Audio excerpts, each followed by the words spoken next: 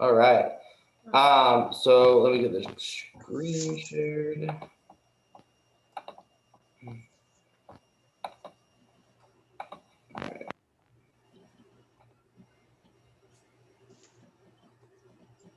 All right, so we're going to share.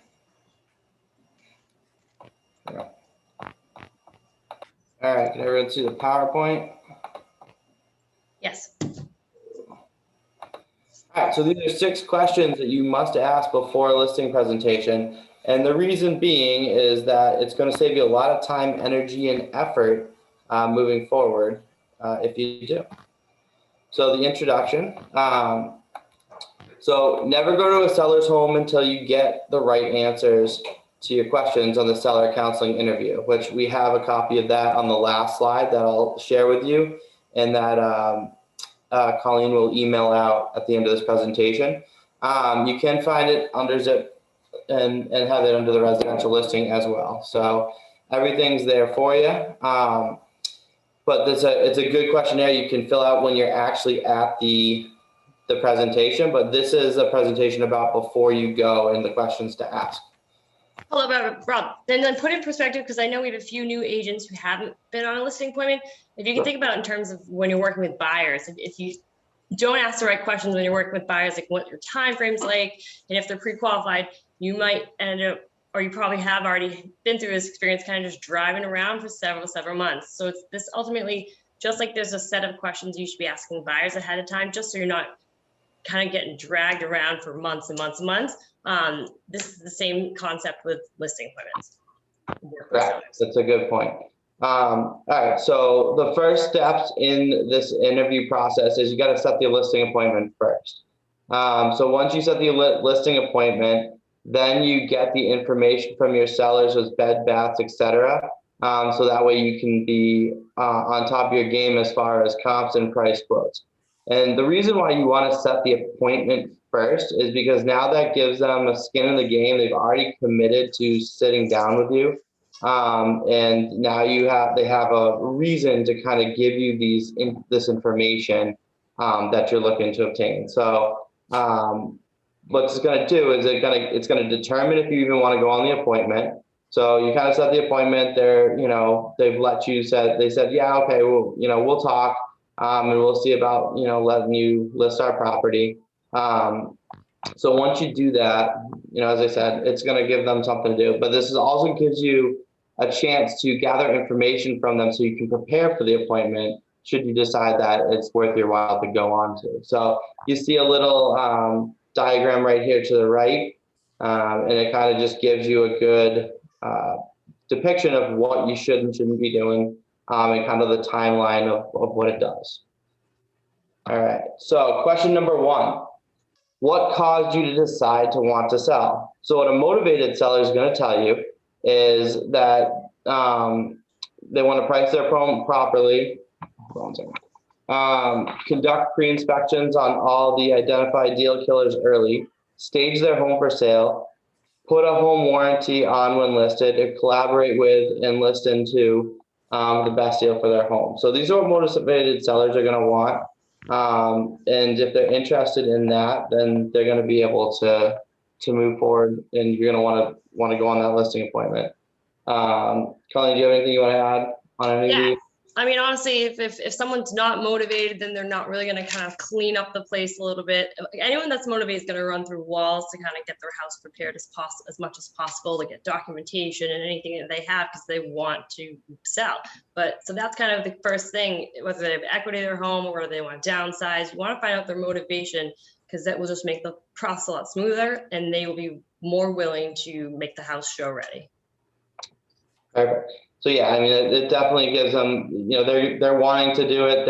They're wanting to put effort into selling their home. So that's a first indication that they're motivated, and that it's probably going to be a good chance for you to list their house.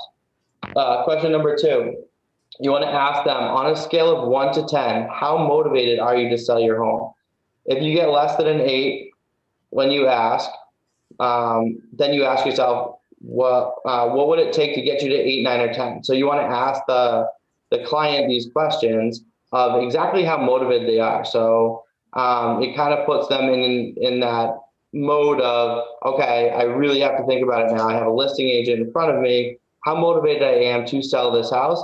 And if they're giving you anything less than an 8, then you need to ask yourself, is the appointment worth it? Because if they're saying it's 7, I mean, if you're only a 7, 6, 5, 3, then you're kind of wasting your time because they haven't got there yet. They're not mentally prepared to sell their house. But by asking the second part of that question, what would it take to get you to an 8, 9, or 10? It's saying, okay, well, are you motivated, or is there just an objection here? Like, I've got so much crap in my house that I have to get rid of. It's going to take me forever and I'm embarrassed to have you over. So it's kind of that digging question of, okay, why are you not at an 8, 9, or 10? Is it that you're just not motivated, or is it that there's something else that you're just not ready to take on? So that's kind of like, that's more for the digging part of the question. And it says right here, it's not our job to twist arms and put pressure on people to sell their house. We're pretty much a consultative approach to things. So you aren't telling them, hey, you have to sell your house. You want to sell your house. This is what you should do. You kind of want to guide them to decisions. So these are just, kind of deeper penetrating questions that will get them thinking about, well, do I really want to sell? Is now really the right time for me and my family? And then, as I said, the second part of that question is, okay, why not? And what is it going to take to get you there? And that will tell you as the selling agent that, hey, they're not there yet because it's just not the right time for them, or they're not there yet just because they feel they have too much crap or they have too much work to do. I mean, just a quick little story, the listing we had in Melbourne, that's kind of our first conversation we had. They were, in their mind, 6 months out from being able to sell because of all the work they felt they had to do on the house. And then once I was able to dig and find out, hey, actually, you know what, this is what they're probably going to come in and do. They're going to want to repaint the walls. They're going to want to rip out the carpets and put new floors down. Then they're like, oh, so we're going to be like, want to be doing all that? And I'm like, yeah. And right now in this market, they're probably going to pay you top dollar. So that drastically cut their timeline from 6 months down to 6 weeks. And then they said they could be ready. So it was really just doing that little extra digging to find out that they really wanted to move. They just didn't feel like they were able to because of the shape of their house to get what they wanted. But being an industry expert, knowing the market, being able to educate them, it was able to save them a lot of stress and be able to list their house sooner for them to get to their grandbabies up into land. So that's kind of what you're trying to do here. But Rob, but it depends on the motivation as well. If their motivation is to make as much money as humanly possible, and then they have these grandiose ideas of what their house is worth, and you have that conversation, maybe it's not worth your time going to the appointment if they can't be walked down, if they can't think, hey, no one's going to buy your house and it's way overpriced. So it's like finding most of the time motivation should be something outside of just money based. Correct. Yeah, and that goes to the topic I think we had last week or the week before about pricing strategies. I think we talked about it in our masterminding session, and kind of pricing it correctly, which is a little further up, but pricing the house correctly to the condition it is and the condition the house is in and the market that we're in. So obviously, if there's a lot of work to be done, you can't price it at the complete top of the market where it's competing against all these homes that have all these updated features and whatnot. So you just kind of go into the pricing strategy at that point. But this is a good indication with this question of, on a scale, where are they in their mentality? How close are they to wanting to sell? Are they really that serious? And then why are they not that serious if it's under an 8? All right, so next question is, if you could wave a magic wand, when would you like to put your home on the market? So this is another good motivating question to find out exactly how long, what their time frame is, what they're looking to do. And so timing is most important to qualify in determining when you want to work with the seller.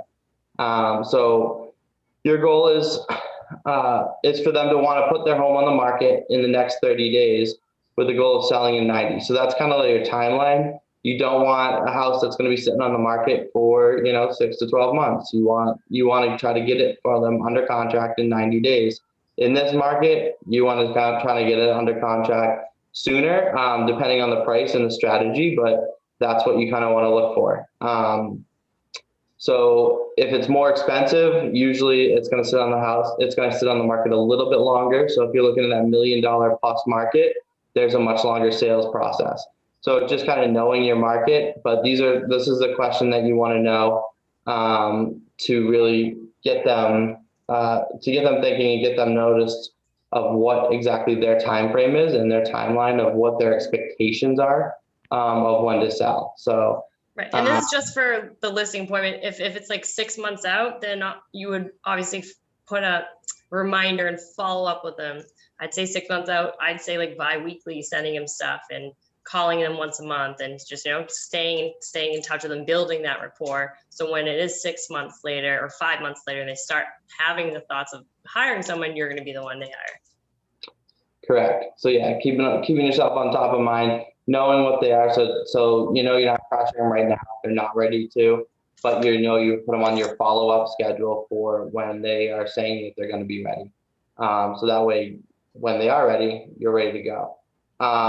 So if you see this right here, the median weeks on market, right down here from 1987 all the way to 2017, sorry, that's kind of the median time frame of how long things were on the market and how many weeks. So the average was 8 weeks in 1987, and in 2017 it dropped all the way down to 3 weeks. So that has a lot to do with the technology and marketing efforts and expensive marketing. So you can see how things are, and the expectations are it's going to be sold within 30 days. So just to give you that. All right, question number 4. Is there anyone else on the title of the home that would be involved in the sale? So this is a very important question for simple facts. Like we just had one in Vero Beach that there was a brother and a sister. It was an estate thing, but then there was also 4 other children that were on there. And then there's all sorts of things that came up with that. One of the kids actually turned 18 in the middle of the deal. So he then had to legally sign everything from that day forward. So there's a lot of just knowing the rules and regulations and what has to happen, and having good title behind you is going to help you with that. But this is going to save a lot of headaches in the future if you know everyone that's on the deal, because everyone that's on the title has to sign off on the selling of the home. So if you're getting all the players up front, now you have to get one person or 5 people to agree on everything. So this will save you a lot of time and a lot of stress when title comes in and says, hey, listen, there's 2 other people on this title that need to sign off on the sale of the home, and you didn't know about it. So this will save you a lot of time on the back end, and also set the expectation to let the homeowner know, like, hey, these people all have to be involved in this sale. Right. So at the pre-listing appointment, you want them both there. So if there's 2 people that are going to be involved, if there's one that's not going to be there, then set the time for a different. You want to be in front of both of them, because spouses and husband are the greatest excuse to get out of anything. So if you just say, I have to do it for my husband, it's the worst. So you want to make sure you're in front of both decision makers. Yep. Yeah, that's a common one in any sales role that you've ever been in. Oh, this all looks great to me. I would buy it in a second, but I got to check with my wife. And I use that all the time because Colleen's the one that says no. I'm the one that says yes. So it works out well for me when Colleen's not there, and I can just easily say no to a sales rep and say I have to check with my wife, and we'll get back to you. So it's an easy excuse for people to get into. So you want to make sure all the players involved. But again, you also want to make sure that it's a deal that is actually going to be able to go through. I mean, because as you said, if it's an estranged, relationship, such as like brother and sister that are fighting over the estate or whatnot, then that it's going to be a longer kind of sale. And is that worth your while? Is that something you want to take on? It might be, but you definitely want to make sure you have all the players at that listing appointment that can possibly be there, or at least the power of attorney signed that this one person can make all the decisions. So that's going to save you a lot of time if you have that question answered. Question number 5, what do you think your home is worth? How much do you owe, and how much do you owe on your home? So at the end of the day, these two are very important questions for standard reasons. Curbing expectations of a potential seller is a big part of what your listing appointment's going to be about. So if you know, because you've already done kind of a preliminary comps on the house, and you know their home is going to be worth 250, and you get to talk to them and they say, well, yeah, I really want to get 400 for it. Well, now you know you have to adjust their expectations, and you're going to have to come in with the comps that says, okay, not only here's what is a comp for your home, but here's what some comps for the home that you think your house is worth, and does it measure up. A lot of times that's a good way to curb someone's expectations. So if they think their house is worth 450 and it's really 250, you bring them a $450,000 comp or a couple of them, and they're like, oh wow, that's what that goes for. Okay, yeah, I see your point. So that's can be an easy thing for you to be able to prepare for your listing appointment if you know that ahead of time where their expectations are. I wouldn't try to in this after this question, I wouldn't try to debunk them, because that's just going to help you prepare for the actual listing appointment. And then also, how much do you own your home? So this would be a conversation, especially if they're upside down or they're on a short sale or a foreclosure potential road. Because if they, if they're kind of at that 100% equity to loan value, well, now you've got a short sale that you're going to have to file for and whatnot. So there's a lot of things that can come up with that kind of question that is going to save you a lot of headaches in the background, and you'd be able to come prepared to your listing appointment to give them all the options and tell them the path that is going to be best and most worthwhile for them. Colleen, anything on this one? Well, yeah, so ultimately you want to always ask how much they have less, how much do they owe still on their home, because if once you find that out, you'll see why some people actually really overprice their home, or they think their house is this much, because at the end they want to walk away from the mortgage payments and walk away with money in their pocket. So if they have like this really large number, some of the time it means that they are just behind on their payment or whatever, behind on payments, or they still owe a ton of money left. So they kind of just thinking overpricing their house in this market is going to get them out of their situation. So it's, if they don't tell you what their motivation is in the beginning, if they overprice their home like that, it's generally because they a lot, like more than 5 to 10%. It generally means that they're trying to get out of a sticky scenario. Yeah, so I mean, again, it just helps you prepare for the actual conversation when you sit down and curbing the expectations. Or they're just ready. Okay, yeah. Why do you feel you need to, why do you feel the house is worth this?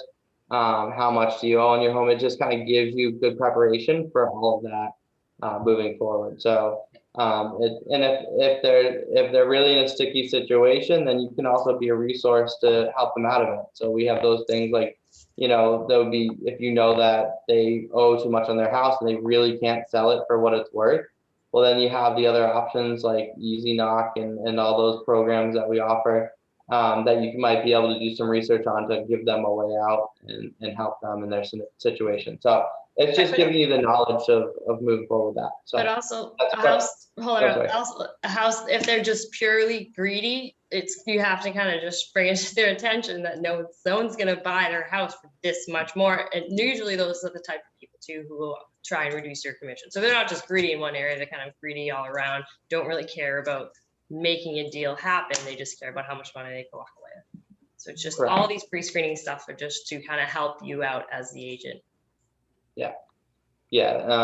Greed is, and that would be one that I would, me personally, would be apprehensive about taking that listing, because when it comes to greed, they're not going to negotiate for any reason.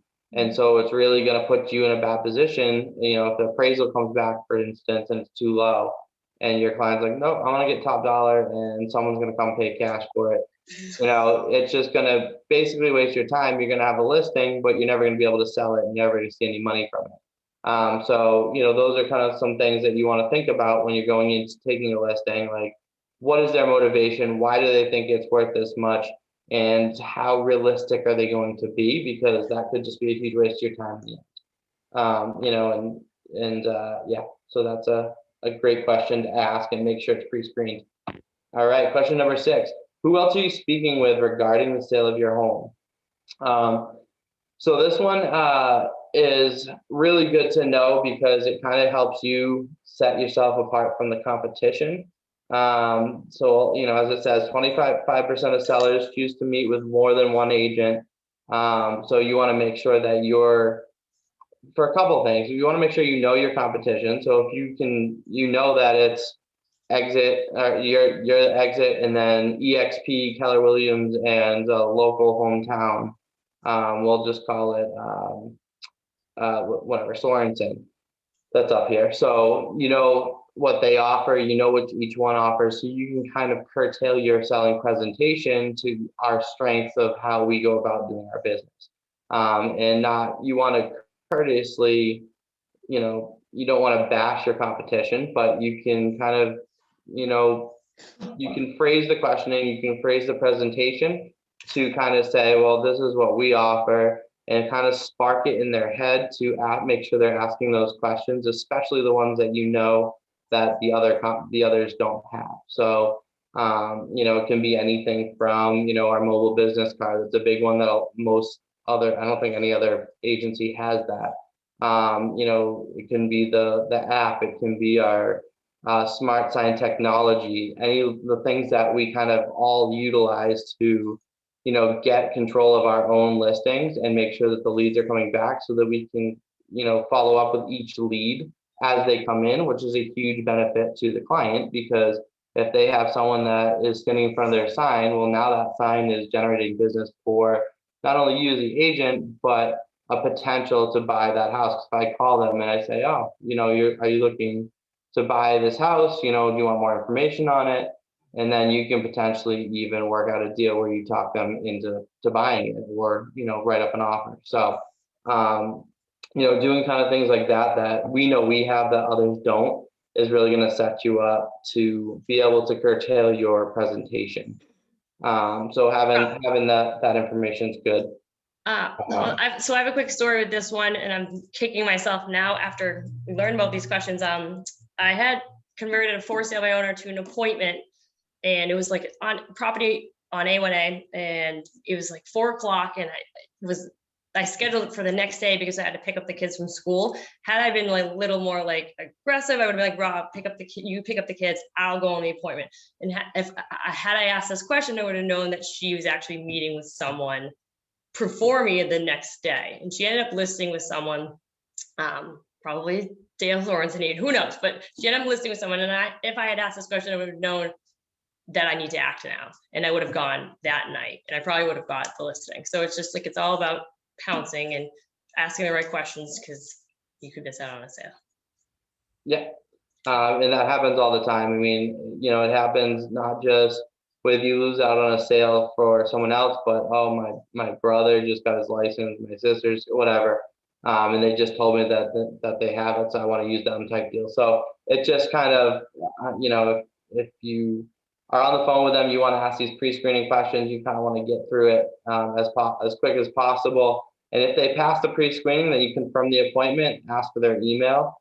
And then what you want to do is you want to send out that listing presentation, which I'm going to pull up in a second, if you haven't seen it, and you're going to want to send that out to them before, because this gives them even more ammunition to be able to make you set you apart, because this is something I know that no other agency is doing.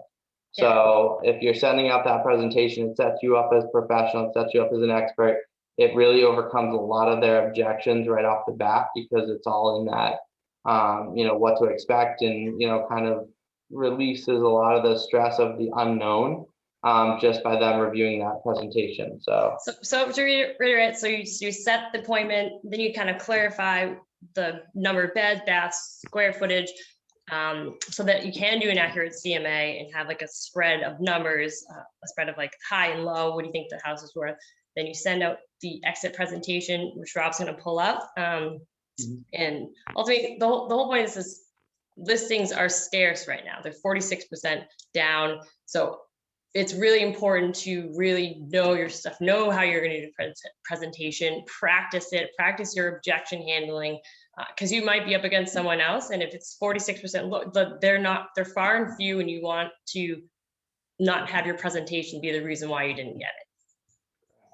So this is the listing presentation for those of you who haven't seen it. It's in your Exit Resource Center under my Exitize Me and then my presentation. So this is the listing presentation that you can send out. And I'm not going to go through all the slides, but it gives them a real good overview of what we provide them, what they get.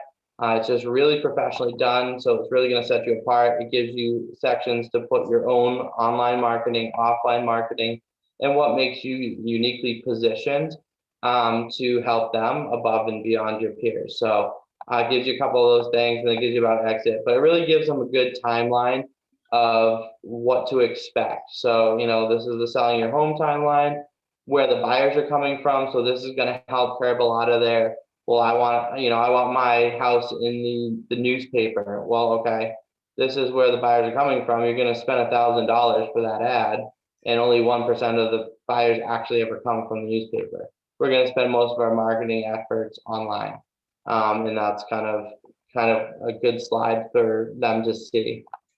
Pricing guidelines, so it kind of tells them why they need to set proper pricing, but then it gives you the pricing strategy. So in this one, you can put the range if you have done your research already. You want to make sure that you're putting the recommended listing price range in there, so that they can review it, and you can say this is where we think your house is going to sell, and then that way they can kind of help with the expectations. And then when you bring it to the listing presentation, you're going to bring the comps to go with it that justifies that price.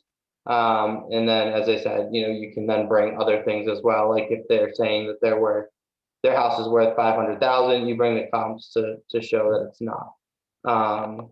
But it just gives you a really professional where everything goes, and all that stuff. It gives you a really professional leg up, what to do to get ready for your for the listing, and all that good stuff. So that's the listing presentation, and it's very important that you send that out. I think it's just going to set you apart from everyone else that they might be interviewing with, and then on top of everything that you're doing, Rob, can you walk them through how to get to that?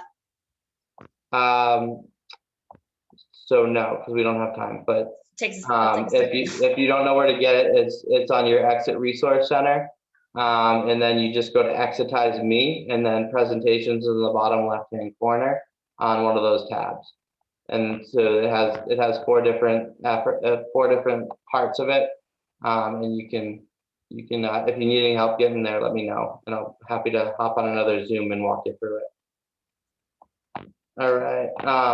So last couple slides here. So the action plan. So you're going to use, oops, my bad.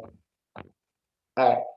So use the seller qualification script to ensure that you're ready to handle any challenges that come up at your listing appointment, and even stop some from coming up at all. So what you want to do is practice. So practice on anyone that will let you practice on them. So call 5 people in your sphere and just see if they're interested in selling. You might be able to pick up some listings this way. Circle prospect your own neighborhood. So we can definitely help you with lists in your own neighborhood of names and phone numbers, but this is a good way of being able to kind of to just practice on them. And you can even tell some of them, if you're kind of good and friendly with them, hey, listen, I'm trying something new in my industry and I just wanted to practice something on you. Do you mind giving me 5 minutes of your time? And then ask them those information. Who knows, maybe they'll be like, oh yeah, actually thinking about selling and would love to see a presentation. Go through the MLS, find neighborhoods that have recent sales and call those neighbors. So, if it's a neighborhood you're wanting to prospect in, just see what sold and try to reach out to that neighborhood and practice these questions. But, all practice is good. So definitely, this is an action plan that you can start today and ask these questions and try to pre-screen them. And this, as we said, this is the questionnaire that you can bring on your presentation that really gets in exactly what they're looking for, and it puts it in writing. So we can send this out to you, and you can have it for your resources moving forward.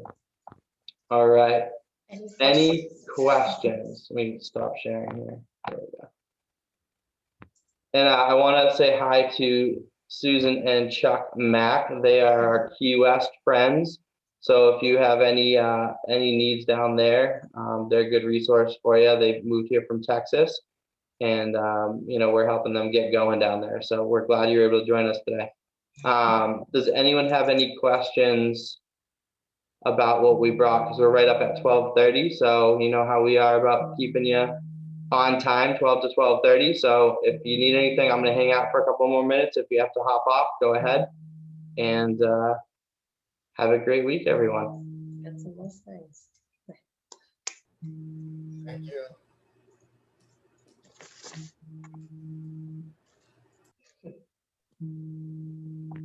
Hey, Rob, I have a question. Sure. The stuff that